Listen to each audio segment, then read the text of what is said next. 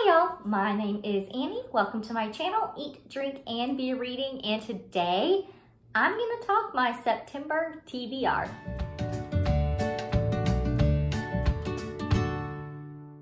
Okay friends, I know it's been a couple of weeks and I'm so sorry. I really have no excuse other than I was feeling so uninspired. Every time I would sit down to film something or to plan a video, like it was like any ideas I had were gone. I also just haven't even been watching a lot of BookTube the past couple weeks. I think I'm hitting my like COVID, kids constantly at home kind of moment, but my kids are going back to school very soon, but they're arguing all the time because they're tired of being around each other, and you know, there's no mom breaks in this life right now, and I just have felt really drained the past couple of weeks, and I needed a little break. But I am hoping that a fun TBR video will give me both the inspiration and the kick in the pants that I need for more BookTube. So, let's get started. Guys, I was looking through the books that I have, and I was looking on what I have on hold from the library, and it is funny, I am about finished with all the books that I own that I still really want to read. There's only a couple left that I like did not put on this TBR, but even so, like I'm like running out of stuff. I need to put more stuff on hold at the library. I have a couple of books that I like know I want to read and maybe we'll read in September. But one of them I'm having a hard time finding, and it's like a graphic novel about the Spanish Civil War. And one I'm waiting to hear back about maybe buddy reading. So I didn't want to put that particular book on my TBR quite yet. So it feels a little bit small this month, but I'm sure I'll hopefully end up reading more than this. But if not, I will still be really happy because I'm really excited about every book on this list. Now that I've babbled for you, let me actually start talking about the books. Book number 1 is The River by Peter Heller. This was on my August TBR. I had some books come available from the library, like 4 all within like 5 or 6 days. So this book did not get picked up in August like I had hoped.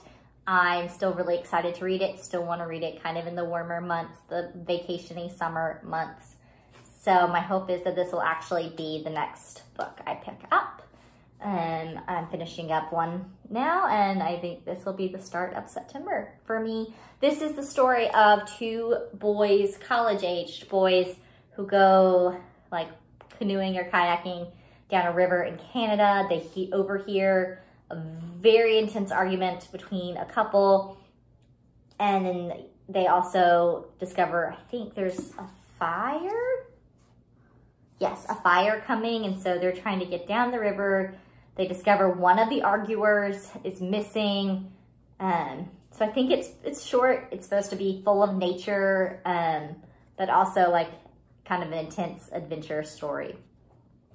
So excited.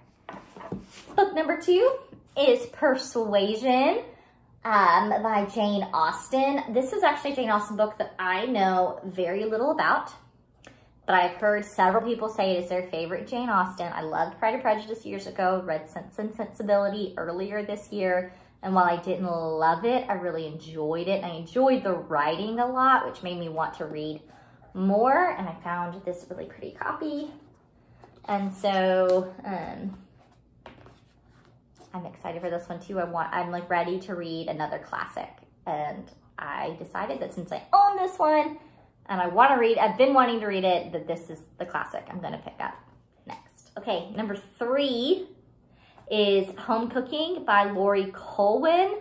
This is a food memoir. It's supposed to be a very classic, well-beloved food memoir.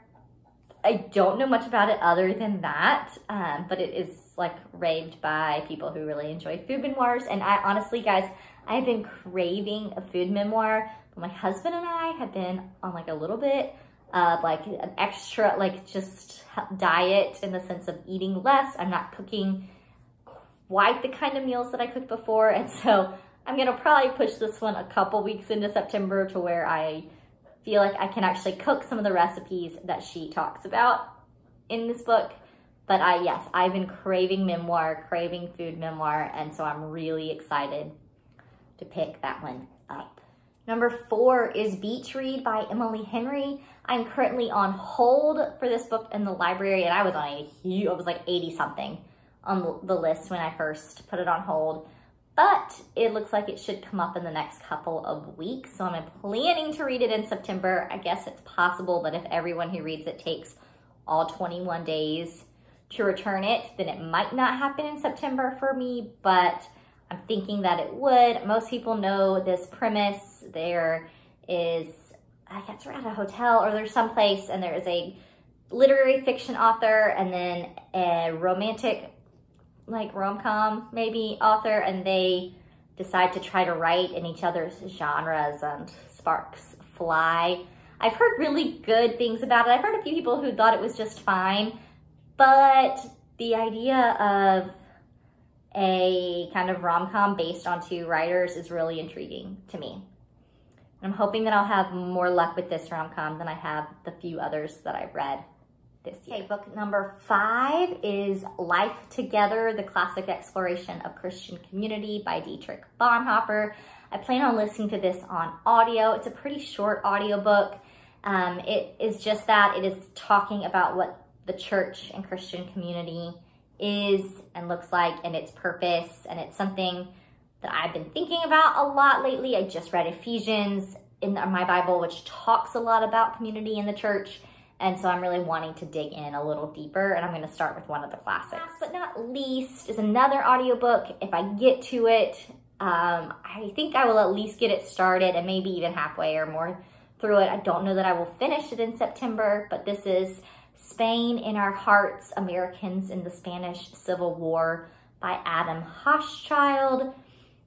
I, in this month of August, read a historical fiction based right after, in the decades after the Spanish Civil War, when Franco was dictator of Spain.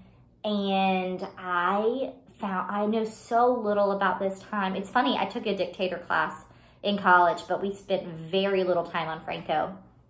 And so I was fascinated by the time period, heartbroken by the time period, and wanted to learn more. And so I was legitimately just like looking through, Googling and looking at Audible and finding different books on the Spanish Civil War. And this one sounded really great. While I don't necessarily want an American's point of view, the way it seems to be told is through the stories of individual people. And that is how I love to read like narrative nonfiction, is just by focusing on people's stories. And so that's what this sounded like. And this little history lover, cannot wait. All right, guys, that is September, at least my start. We'll see what happens. I'll let you know in my wrap up. What are you reading for September? Is there anything I should pick up? Again, if I get to read as much as I have in July and August, I don't know if I will, with other things starting to slowly pick back up. But if I do, I will probably want a couple book ideas even for September. So let me know down below. Let's talk. Let's build community. Don't forget to like and subscribe for more fun bookish content, and we will talk later. Bye, y'all.